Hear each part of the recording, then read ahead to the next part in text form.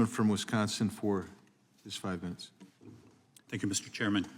Mr. Kobach, do you think the lawlessness we're seeing in our country, and we are seeing it over the last number of years, and the defund the police movement, this lack of respect for law enforcement, do you think this has contributed to what we're seeing here? I do, sir. And there's, at the end of my comments, I briefly noted on this there's a cultural element here too. It's a lack of respect for the rule of law, and it gets to a point in certain areas where people feel like shoplifting is accepted or at least tolerated, or nothing's being done about it. And there's also a subculture among the boosters and among people who may not be part of organized retail crime networks, but nevertheless shoplift for personal reasons. And there are communities on Reddit where they routinely talk about sharing strategies for crime, for different stores, and how to hit different types of stores differently and what the policies are.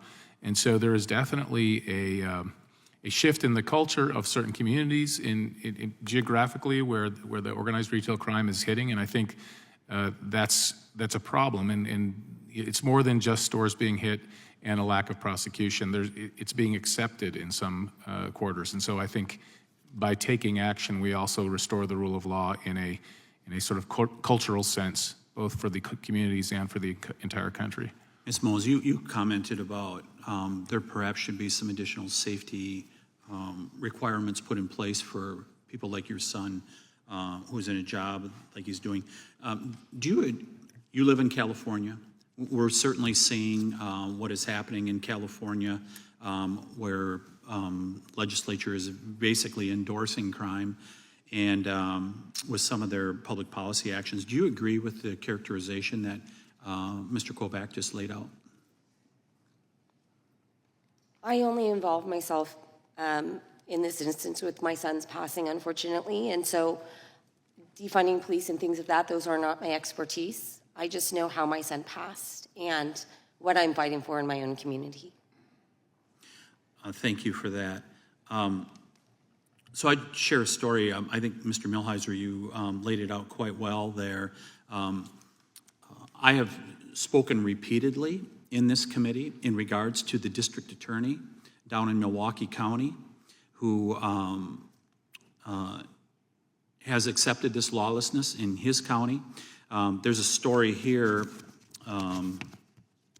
that there's a serial retail thief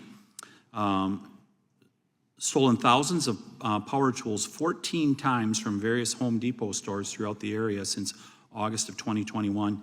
Yet the Milwaukee County District Attorney has not charged any of those instances. Mr. Chairman, I'd like to enter this into the record, a story from Wisconsin right now, serial retail theft suspect, 14 cases, failure to charge. Without objection. And if you'll remember, it's that same district attorney that let Darrell Brooks out on $1,000 bail. He was a serial recidivist, including violent crimes. He was the perpetrator of the Waukesha Christmas Day parade from, what was that, a year and a half ago? Free on $1,000 bail. 6 people were killed when he drove his automobile through that parade. I believe there were about 60 people that were injured.